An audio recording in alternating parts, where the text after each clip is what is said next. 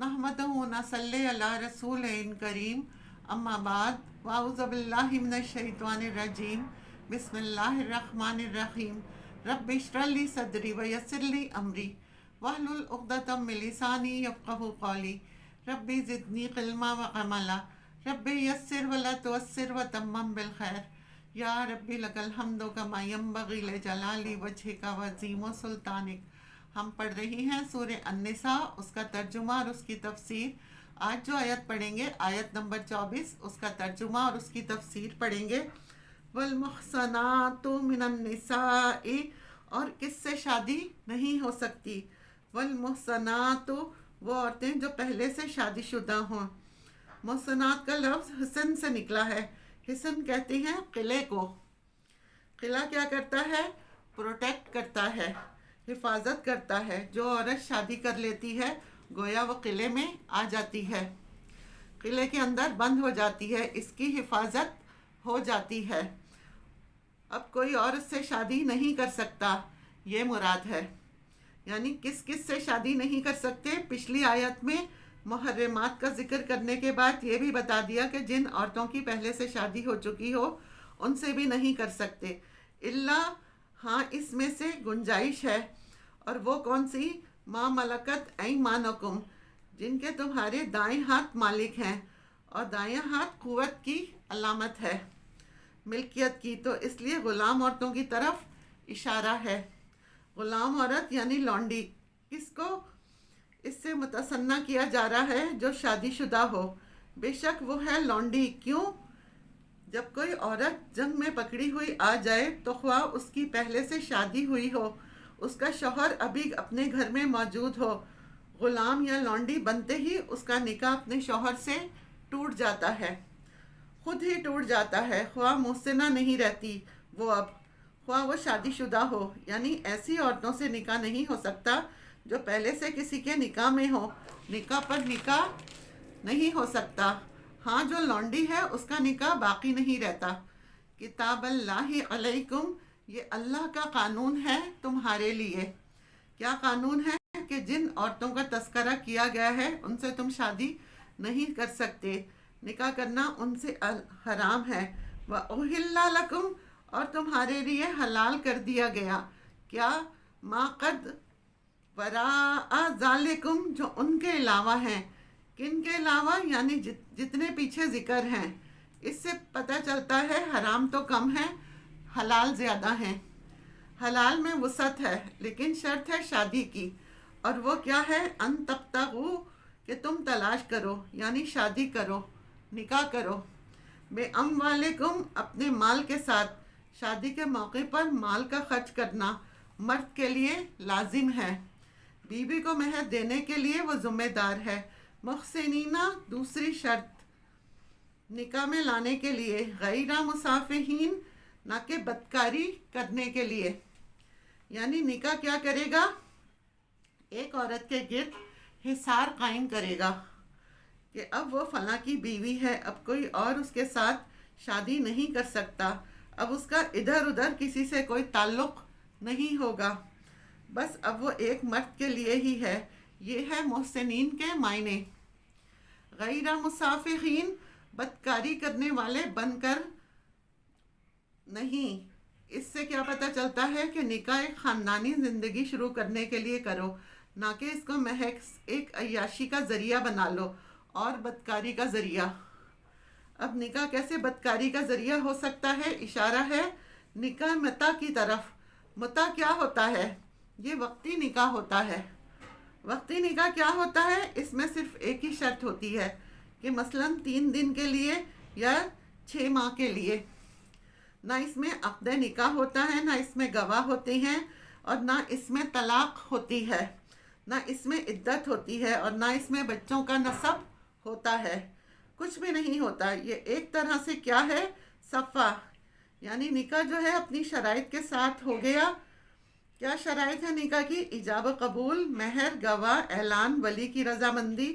लेकिन निकाह मता में कोई शर्त नहीं होती, बस एक ही चीज़ होती है कि उजरत।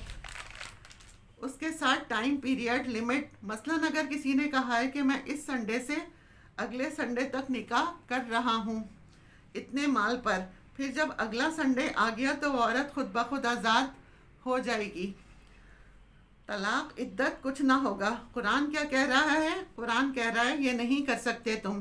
نکاح جو ہے وہ محسنین حدود و ضوابط کے ساتھ ہوگا، نہ کہ محض صفا کے لیے، زنا کے لیے۔ کیوں؟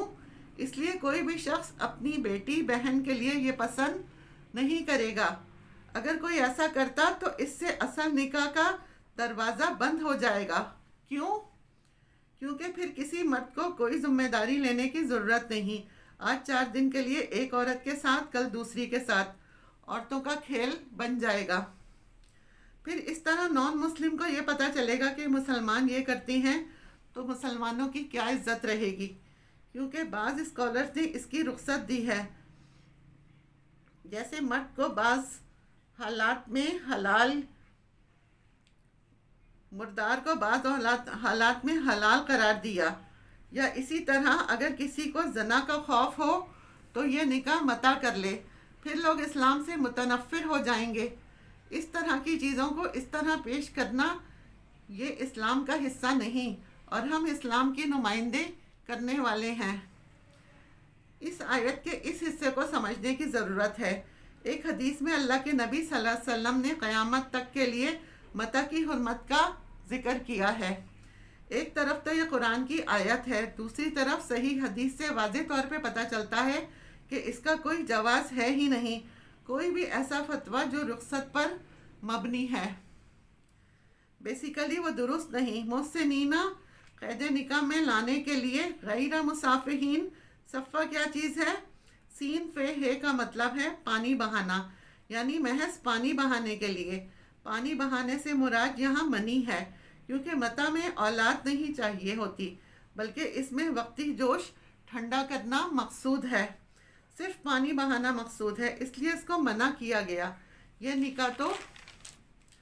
نکاح کے تقاضے اور مقصد پورا نہیں کرتا، یہ تو محض عیاشی ہے، زنا ہے۔ صفہ زنا اس کو بھی کہتے ہیں، بدکاری کو کہتے ہیں، یعنی ایک دوسرے سے صرف اس لیے مل رہے ہیں کہ اپنی شہوت پوری کر لیں، جوش ٹھنڈا کر لیں، اور بس اس لیے اس کو منع کیا گیا ہے۔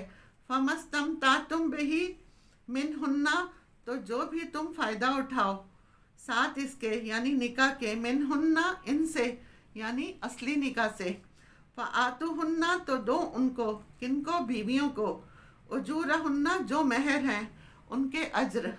یہاں اجر کیوں کہا؟